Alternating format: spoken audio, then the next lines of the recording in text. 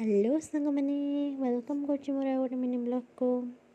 आज टे इच्छा है अंडा आमलेट खाइबा को फटाफट चली गली पिज और लंका काटिदेली सेपटे अंडा को हलदी लुण गोल रखीदी एपटे कढ़ई बसैकी टे तेल सोरष पकईकी सोरष फुटला बेलू पिज और लंका पकईकी से भाजीदेली पिज टे नरम हो आसला बेलू आम अंडाटा पकईबा।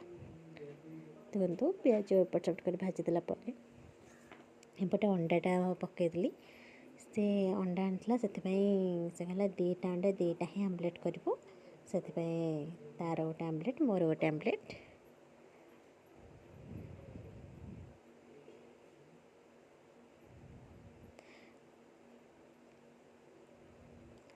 अंडा आमलेट हो गला चलो पखाल खाइबा टे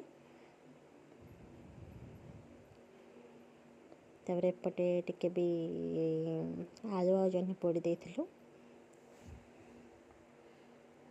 क्या सब पखाल संगे अंडा आमलेट खाया भल अंडा आमलेट क्या सब खाइबा भल लगे कमेंट करेंगे।